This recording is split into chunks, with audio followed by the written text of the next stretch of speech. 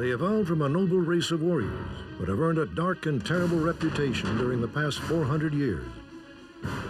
Manipulators of governments and massive amounts of money, they can be powerful allies, but fearsome opponents. Described by some as nothing better than bullying, drug trafficking flesh peddlers, they are the organized crime wave of terror from Japan. They are Yakuza.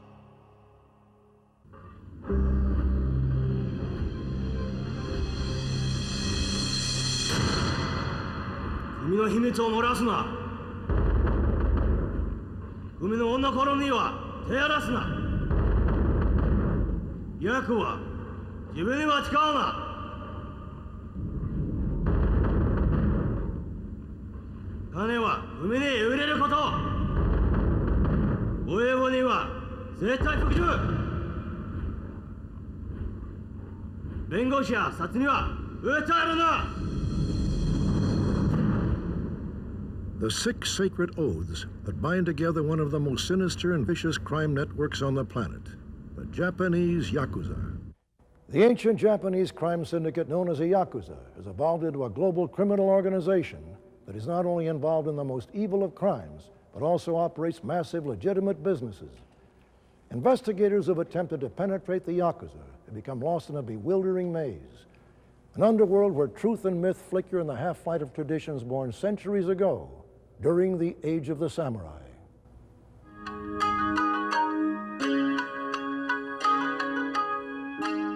Like many other ethnic crime gangs, the Yakuza can trace its roots back hundreds, maybe thousands of years. Modern records trace their origins back to as early as 1612, when people formed groups known as kabuki mono, or the crazy ones. These people were originally called hatamato yako, literally servants of the shogun. The groups comprised nearly 500,000 samurai that were forced into unemployment in a time of peace during the Tokugawa era, forcing them to become ronin, or masterless samurai. Many had turned into bandits, looting towns and villages as they wandered throughout Japan. Yet these fallen ronin cannot truly be seen as the forebears of the Yakuza. Instead, the Yakuza consider their ancestors to be the machiyako, or servants of the town. These people took up arms and defended the villages from the hatamato yako, the shogun's servants. They were simple clerks, shopkeepers, innkeepers, laborers, homeless warriors, and other ronin. Everyone who was part of the machiyako was an adept gambler, which helped them develop a close-knit relationship with each other and their leaders, much like today's Yakuza. The machiyako soon became folk heroes, praised by the townspeople for their actions. Their good deeds have been described as similar to England's Robin Hood, and they too became the subjects of stories and plays. But with that role came power, and eventually power began to corrupt. What was considered a noble endeavor began to feed on profit and greed. Perhaps the best way to describe their role is that the modern movie The Magnificent Seven is the American retelling of the ancient Japanese legend of the Seven Samurai.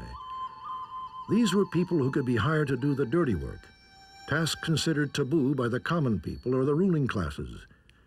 These machiyako gang members included bakuto, or traditional gamblers. They were first recognized during the 1700s, when the government hired them to gamble with construction and irrigation workers. This was to regain part of the substantial wages the workers received. Still, they remained people who carried with them an aura of care for the common man. It is an image still fostered to this day by the modern Yakuza. Former legislator and professor at law, Terry Geiger, says that even today, the Yakuza sees itself in the role of outlaw heroes of the Japanese people. They seem to be able to tell themselves that they are sort of outcasts, but they're good outcasts. They're the nice outlaws who don't take from the little guys. And in a lot of ways, it's been a great scheme for theirs. It's very safe in Japan, very, very safe. One of the reasons it's safe is that no petty criminal would be game to operate on Yakuza territory and do things like beat up tourists. That's bad for the image of the local gang, and they will be very severely dealt with if they do it. It was in the 20th century that the Yakuza began to grow in power and influence. In Japan, they became politically active, with some of their operations receiving official sanction. Various Japanese governments even used the Yakuza as an unofficial police force. Dr. Joseph Siracusa is a lecturer in crime and punishment. He makes a chilling comparison when exploring the roots of the modern Yakuza. Well, they are the Cosa Nostra, the mafia of Japan. I mean, they've been around for 300 years. But when the Japanese were let off the hook in the early 1950s, the Yakuza had an opportunity to become legitimate, and some of them did. At one stage, the Yakuza had more members in their gangs than there were members of the Japanese police force. By now, a clear-cut gang structure had emerged. At the top of the tree sits the oyabun, or father. Below him is a saiko-komon, or advisor. He, in turn, has a staff of advocates, accountants, and secretaries. Next is the wakagashira, who is second in authority but not in rank. This is a middleman who makes sure the oyabun's orders are being carried out. Of higher rank but with less authority is a shate gashira, who has underneath him the brothers or senior gang leaders. The structure then fans out with each authority figure controlling minor gangs made up of what they call the children. In turn, each child can control gangs of his own, and so it continues until clans can have many thousands of members in total. As the Japanese economy began to grow and prosper in the 50s and 60s, the Yakuza again grew with it. The ancient rites, rituals, and punishment were refined by wartime brutality into a sadistic art form by the Yakuza, or Boryokudan, as the authorities now call them, the violent ones.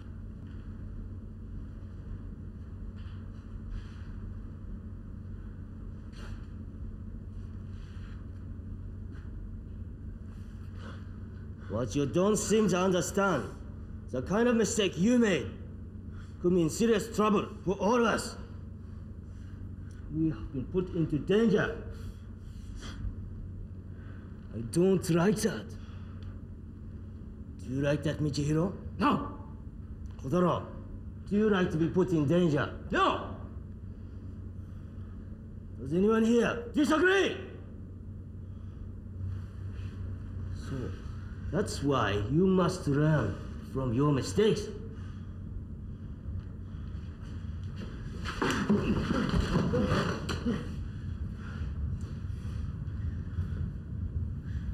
You will show Giri the strength of your devotion by enduring Yubitsume. This will be a permanent reminder of your error of judgment. You will thank us.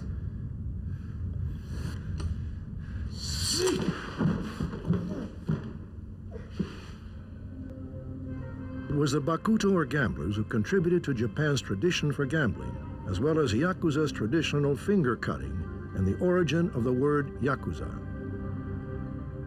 The word comes from a hand in a card game called Hanafuda, or flower cards, which is similar to blackjack. 3 cards are dealt per player, and the last digit of the total counts as the number of the hand. A hand of 20, the worst score, gives a score of 0. One such losing combination is 893, or in Japanese, Yakuza, which began to be widely used to denote something useless. This term began to be used about Bakuto, as they were on the whole useless to society.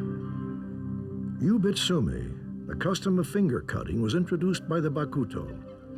The top joint of the little finger is ceremoniously severed, signifying a weakening of the hand, which meant that the gambler could not hold his sword as firmly. Yubitsume was usually performed as an act of apology or giri to the oyabun. Further infractions would either mean the severing of the next joint or the top section of another finger. It is also used as a lasting punishment just before expulsion. The use of tattoos also came from the criminal aspect of the Bakuto. Criminals were usually tattooed with a black ring around an arm for each offense he had committed. However, the tattoos soon became a test of strength as they were applied by undergoing hundreds of hours for a complete back tattoo. The tattoo also marked a misfit, always unwilling to adapt themselves to society.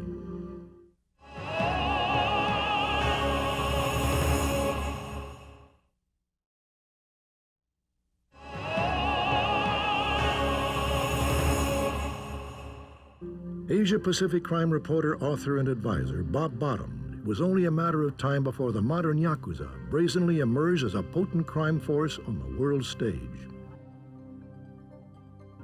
The Yakuza are so up front, they actually have their offices in the main streets of the cities of Japan, and they have their names on them. They don't hide behind dark alleys like they might in Manhattan or you know, Soho in England or somewhere. They actually have formal offices and declare themselves. They often congregate publicly and the like, and so they're very, very upfront. So if they did decide to really expand, and they number in the, you know, sometimes up to 40,000 in one Yakuza syndicate, one would wonder what would happen. The Yakuza in Japan run their own newspapers, the Yamaguchi Gumi newspaper. They have their name and their badge. They all have little badges on the front of their headquarters. Their gang members wear badges to openly proclaim who they are. And they try and portray themselves as the fine old carriers of the samurai tradition. In the recent earthquakes, for example, one of the Yakuza gang leaders gained a lot of fame by being the first on the scene with refugee relief, with food, with aid, days ahead of the Japanese government. This is the image they love to show themselves as, the fine old samurai warriors making their way against the world. By the 1960s, the Yakuza had an estimated 184,000 members. Bloody and violent gang wars on the streets of Japanese cities became a fact of life, and weaknesses in laws actually assisted the Yakuza. Yeah, one of the interesting things about the post-war Japan is there were no crimes up until recent times against money laundering.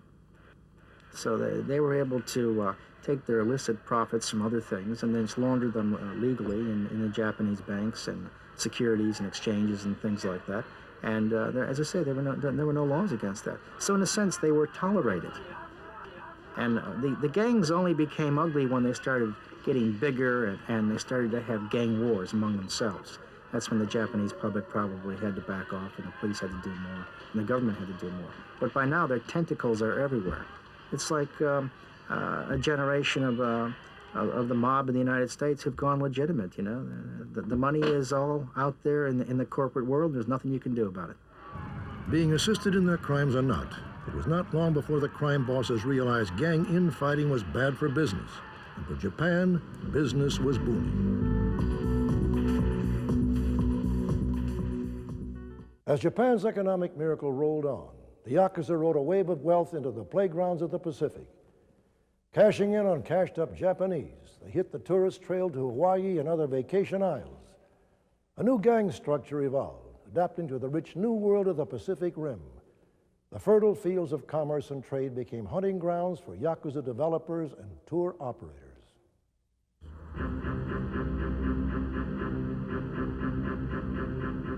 The method was coldly efficient. Yakuza enforcers would identify businesses likely to be frequented by Japanese tourists. Once a business had been identified, they would approach the owner and at first offer a simple business deal. The offer would be that in return for directing large groups of tourists exclusively to that business, the gang would be paid a percentage. If the business operator refused, things would quickly turn nasty with threats of violence or the destruction of the business premises. These threats often extended to the family of the business owner. Needless to say, very few people refused. Once the business became almost totally dependent on Yakuza-controlled tourism, it was then only a small step before people found that they no longer owned their own business, and that they were personally owned by the Yakuza.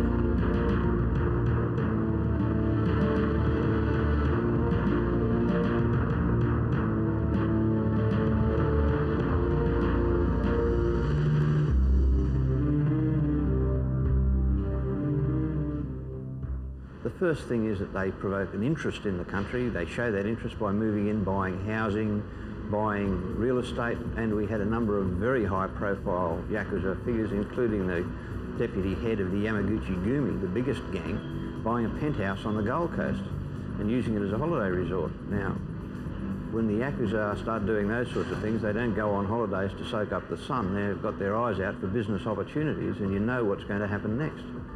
The triads, the mafia-type organisations, are mainly involved purely in criminal activities, drugs, guns, whatever. The Yakuza, though, seem to operate a little differently. They use their criminal activities to give them a competitive edge, you might say, in commerce. Things like tourism, for example. If they are prepared to be quite ruthless about the way they operate their tourism operations, they can get a great edge over normal people in the market and therefore make enormous profits, particularly, for example, in the vertical integration of tourism. It was only a short step for them to move from doing shady deals to place Japanese tourists in friendly hotels and resorts to actually building them. The gangsters were now becoming developers, but as always, they had a very nasty edge on their competitors. A lot of the Japanese bubble was based on real estate, where real estate values rose, where there was amalgamation of properties to put up high-rise developments, for example. One of the Yakuza's stock in trade, their most basic activity, was in the amalgamation of real estate, where 30 or 40 small shopkeepers, for example, were bought out to build one high-rise. And when the Yakuza became involved, there was no competitive tendering for their land. They just suddenly discovered that it would be far healthier for them if they sold out early to allow the development to proceed. Now, if you can do that in a hurry, you've got a big commercial edge on any other land developer. A textbook example of how the Yakuza attempted to infiltrate a foreign country occurred at the very start of the 1980s.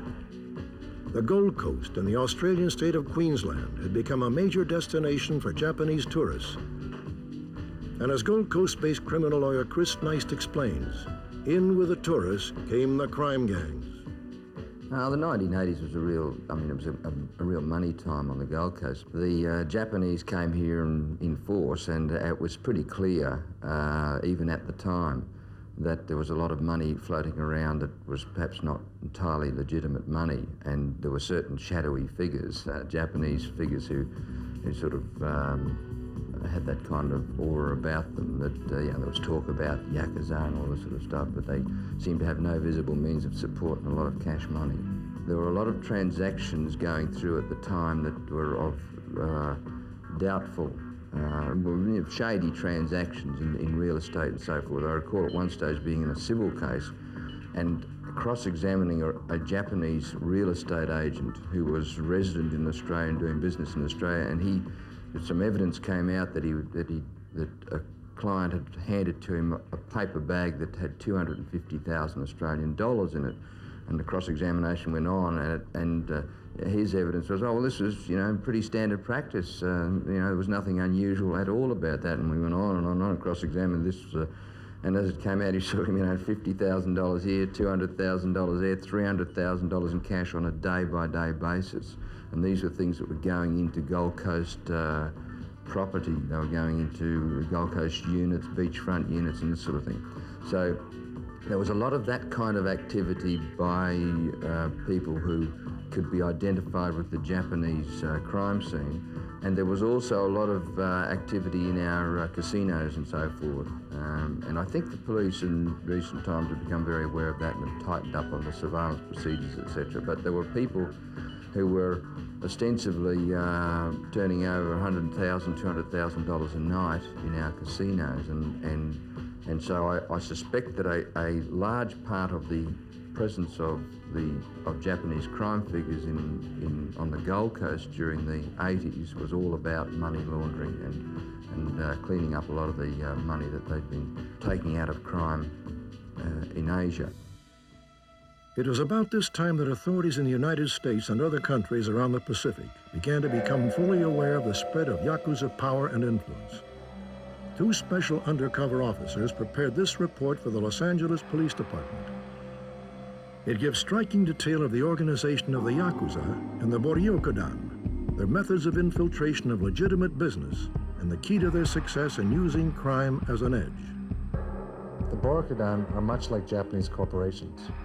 Most groups are highly organized entities with a strong emphasis on family ties, and the Oyaban-Koban relationship serving as a bond which ultimately holds the organization together. Essentially today, Japanese organized crime has evolved into several hundred corporate bands of intellectual and brutally loyal international gangsters. A Borokudan member is aggressive in attitude and not at all like a typical humble Japanese tourist. He swaggers and has an exaggerated bold walk. His facial features are tough or hardened with the so-called black eyes of death. When questioned about his occupation, the response is often reflective of the type of business established or influenced by organized crime, such as bars, coffee houses, restaurants, nightclubs, pachinko parlors, money lending, construction, real estate management, transportation, and trucking. There are also the associates, those who have not gone through the traditional Saki initiation ceremony. It's often these associates who run front organizations and overseas operations, making them difficult to detect.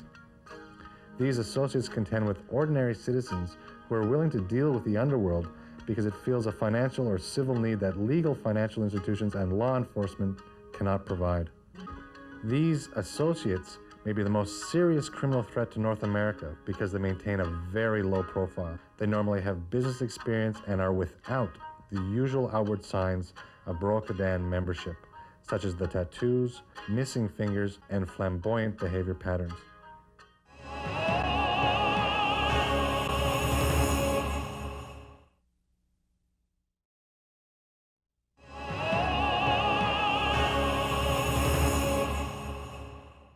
The Yakuza may claim a link with history in the noble warrior tradition, but today the reality is far different.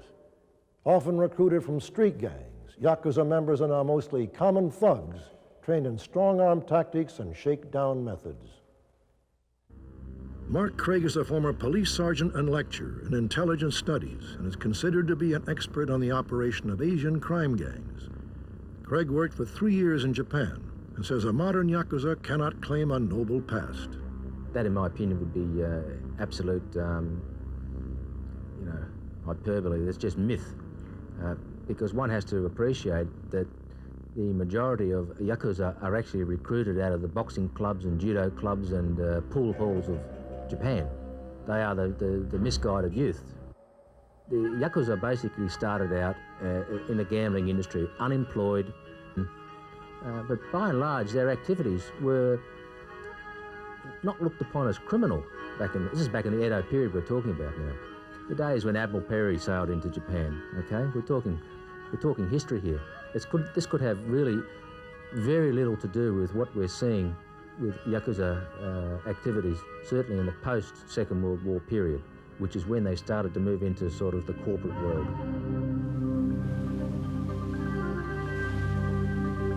And like any good business, growth is important at home and overseas.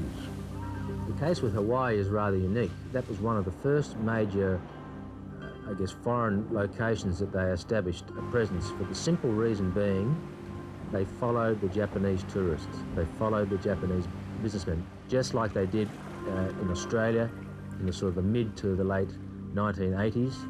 They followed the investment dollar and the real estate development.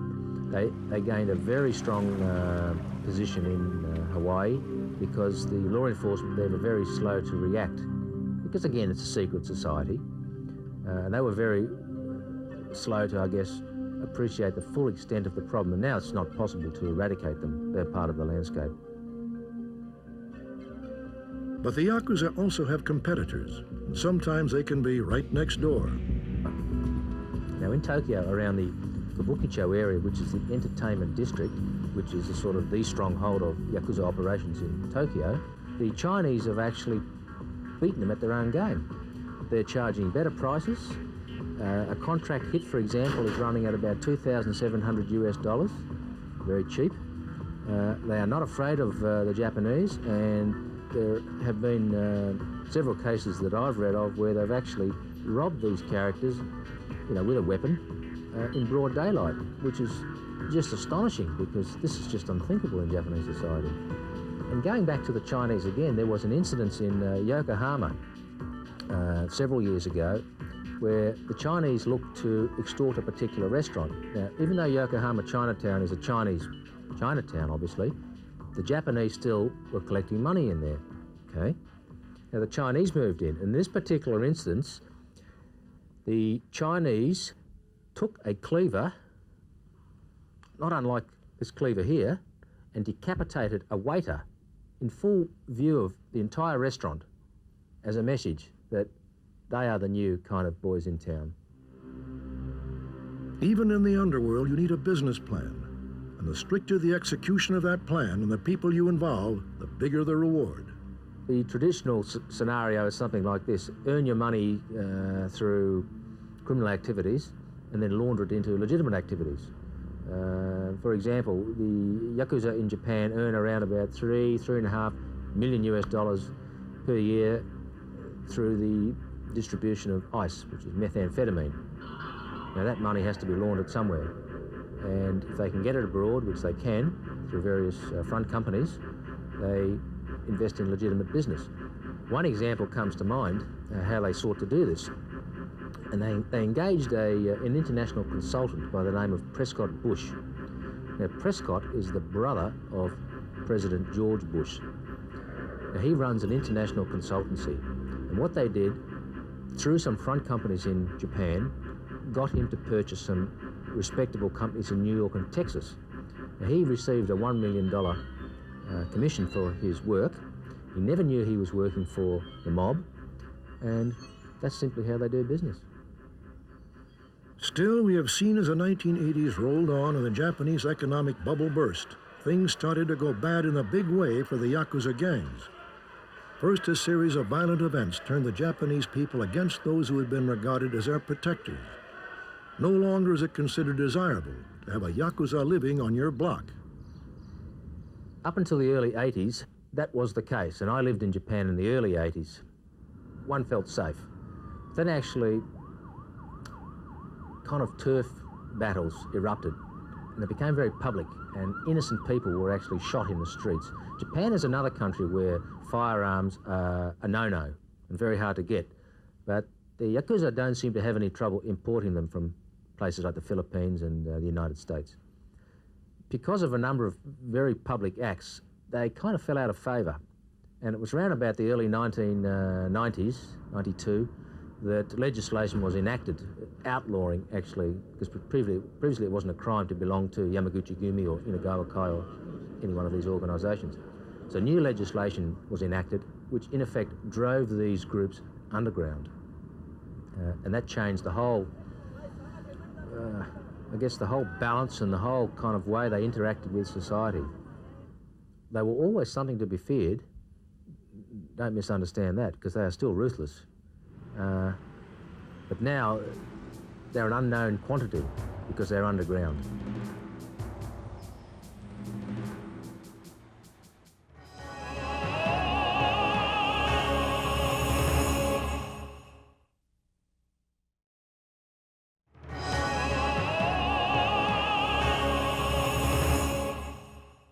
So much out of favor are the Yakuza members now that attempts are often made to disguise once proudly displayed symbols of courage, such as ritual tattoos. Some gangsters have even tried a bizarre form of plastic surgery. What's emerged in the last 10 years or so is the sort of application of prosthesis. And it is not uncommon for the particular person to have an operation whereby a toe is removed and surgically sewn onto the cut finger. And of course it's always going to look mutilated, but then with subsequent plastic surgery, it's not as easy to discern as may have been in the past. By the early 1980s, however, one major crime syndicate, the Yamaguchi-gumi, controlled over 2,500 businesses, ranging from loan sharking to pornography and prostitution. While the big money flowed, so did the violence and greed. One of the group's leaders was gunned down at a coffee shop by fellow gang members.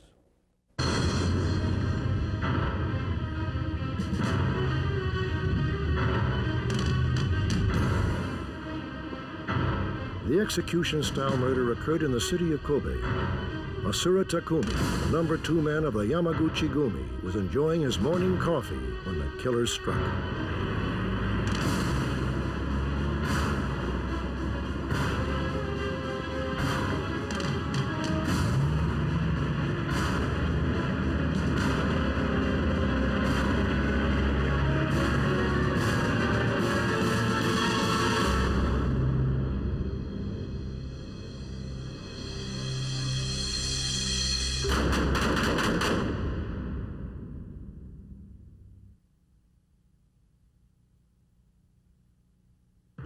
Kobe in 1985 was also the city where over 1,000 black-suited gangsters gathered for the funeral of their murdered boss. 400 riot police were on hand to watch over proceedings. These gangsters are also members of the Yamaguchi-gumi. Their slain boss was 51-year-old Mashiz Takanaka. It was in an apartment building in nearby Osaka where he was gunned down by a rival gang's hit squad, who the police said was led by a Yakuza lieutenant. He was caught, the gunmen weren't. Even as Takanaka's body was taken home, Japanese newspapers reported that the Yamaguchi-gumi and the police were in a race to find the 3 gunmen. Takanaka had led the Yamaguchi-gumi for only a few months. And it was his election that caused a rival faction to split away from the Yamaguchi-gumi. It was that group that killed him. They are the Ichiwa Kai, many thousands strong. Both gangs are Yakuza, and together comprise over 100,000 soldiers. They are best recognized, of course, by the missing little fingers after they have made a mistake and atoned through Yubitsumi. This was not a healthy regime to reign over. Even their former boss of 35 years, Kazuo Toka, although surviving many assassination attempts, finally succumbed to the stress of being oyabun and died of a heart attack. Following power struggles, gang wars, and some success from the Japanese police force, there are about half as many of them as there used to be.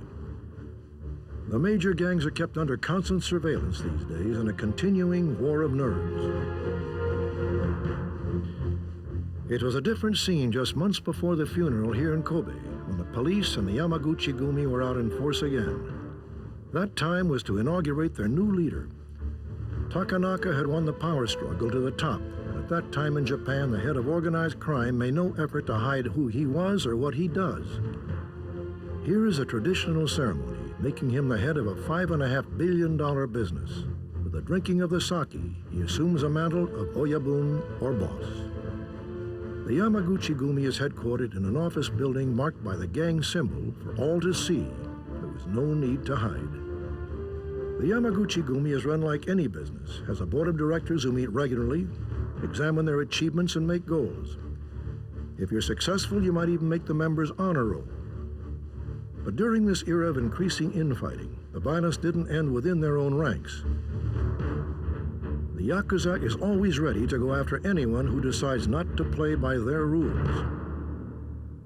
Oh yes, they've got absolutely no qualms about taking action against people who offend them. The well-known Japanese film producer, for example, dared to produce a film which showed the Yakuza as criminals and thugs as opposed to the samurai image they like to portray. Well, he had a run-in with 2 people with a samurai sword outside his office and required hundreds of stitches to his face. And this is a world-renowned film producer. They'll do that to him. They're not too worried about little guys.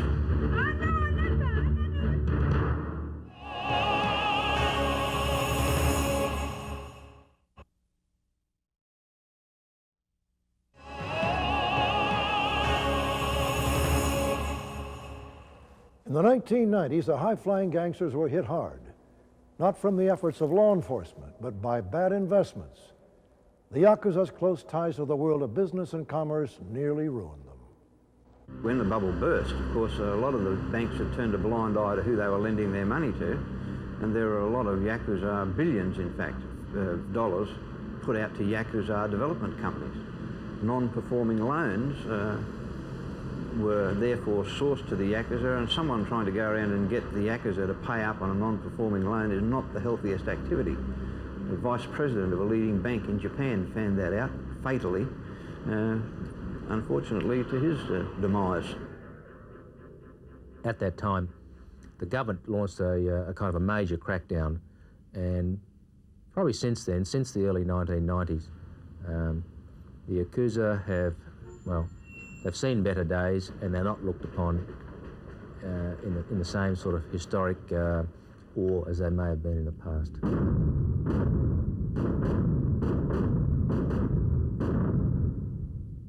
The Yakuza have got to be strangled at birth because their whole objective is to get legitimate.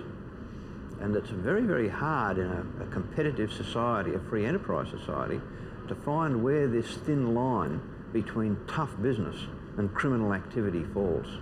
And the Yakuza will always fall on the wrong side, but they're not that easy to detect in a rugged environment of business competitiveness.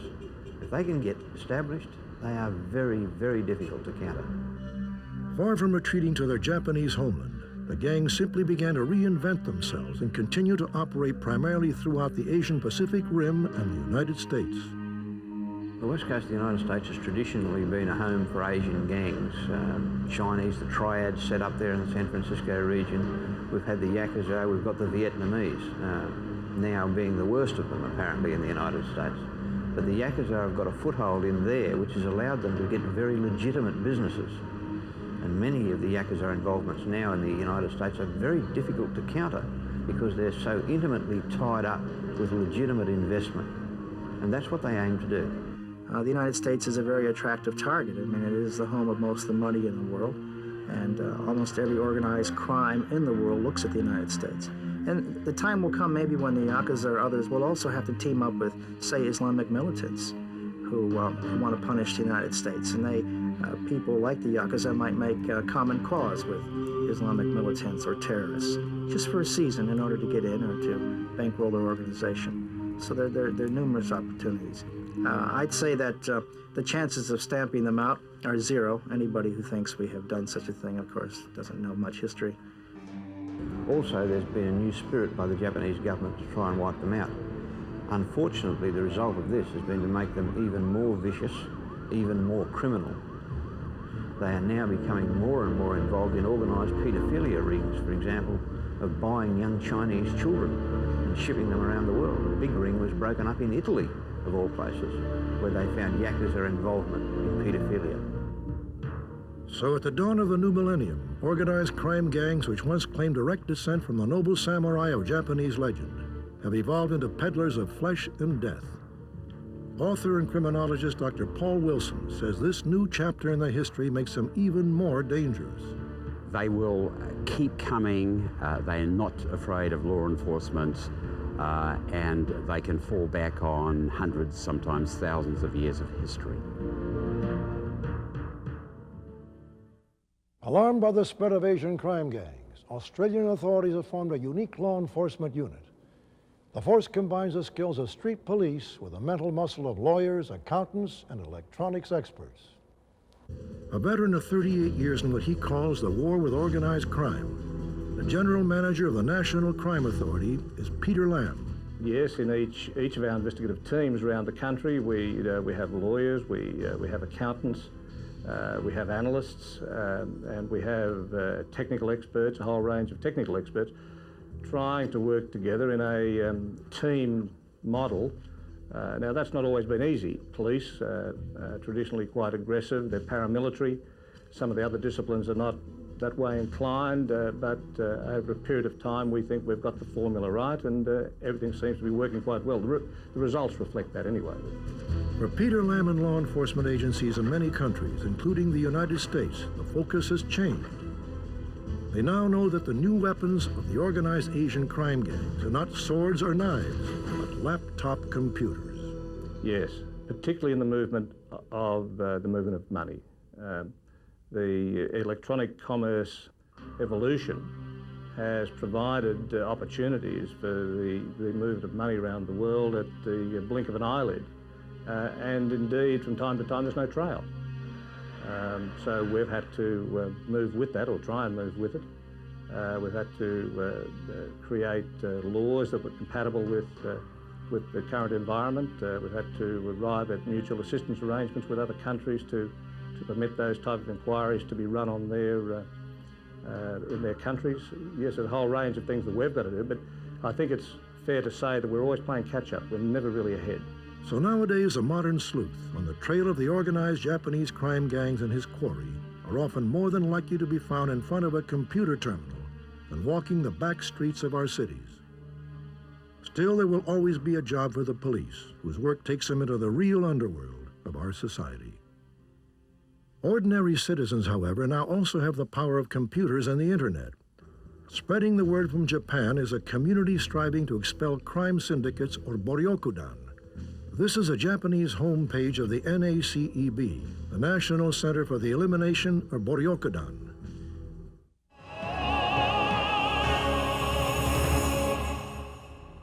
The anti-boryokudan law came into force in March of 1992.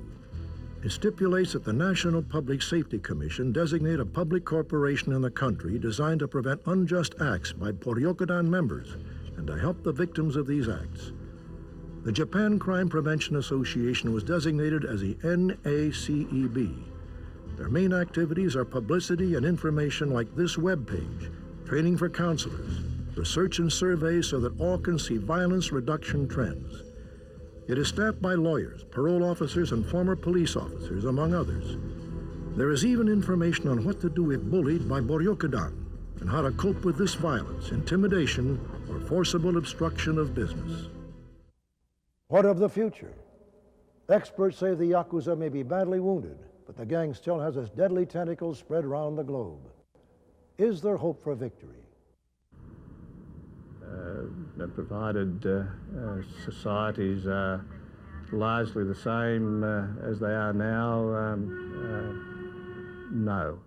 The needs of organised crime are so varied these days. They need the capacity to move money. They need the capacity for technology. They need a whole range of things they didn't need before. As those things are brought into the melting pot, it's far more complex to investigate, but at the same time, it is, I suppose, creating work. It is developing expertise, all of which make for a totally different environment than we've seen in the past, and a far more complex one. The Yakuza and Asian gangs generally are renowned for being very deadly and having no hesitation in killing people to further their aims. The Yakuza have always been able to adapt to changing times and emerge with new modes of operations, as they have done so many times in the past. Well, I'm a little cynical. I don't think there's probably any stopping them at all now. They've got too big, they've got too legitimate. But what we have seen is a move to be more vicious with them and to be involved in tackier types of activities. I'd be staggered, for example, if we looked at internet porn and didn't find the Yakuza heavily involved in that. They've traditionally been involved in sex-related industries at the fringes of criminality, prostitution, pornography. Recently we've seen, for example, them involved in paedophilia rings of the supplying of underage children. But I think it would be a very, very safe bet for anyone to say that if there's any internet pornography and similar questionable activities being sourced out of Japan, it's a Yakuza operation. The Yakuza have had a bad odor among the Japanese public in recent years, particularly the last 10 years when we have all this corporate scandal, etc. And I know Japanese crime enforcement and Interpol and the FBI and others say that the Yakuza are on the retreat in Japan and that in some places eliminated. And there are anecdotal stories about Yakuza wanting to become legitimate and to repair the damage in their lives and all this. But this is usually mostly nonsense. It's like the FBI saying that they just about have the mafia out of business because John Gotti's sitting in a prison somewhere. For every John Gotti, there's 100 John Gottis to replace him. For every Yakuza, there are 100 Yakuza to replace them. Because the Yakuza is a very glamorous life, like the mafia and the rest of it, and it offers to people an opportunity to make a lot of money in a very short period of time. It gives them clout. And as long as Japan and the United States and other places, as long as they worship money, these people will be where money can be worshipped and obtained as quickly as possible. That's why the mafia will always live, and the Yakuza will always live, and the triad and the Tong and the rest of it. As long as we worship money, they know where to get it and get it in a hurry. As long as the Yakuza represents a global menace, the fight will continue. But the skirmishes will no longer be fought in back streets, brothels, and drug dens. The new battleground in the war against the Yakuza is now the corporate boardroom and the cyberspace of our increasingly technological world. I'm Robert Stack. Thanks for joining.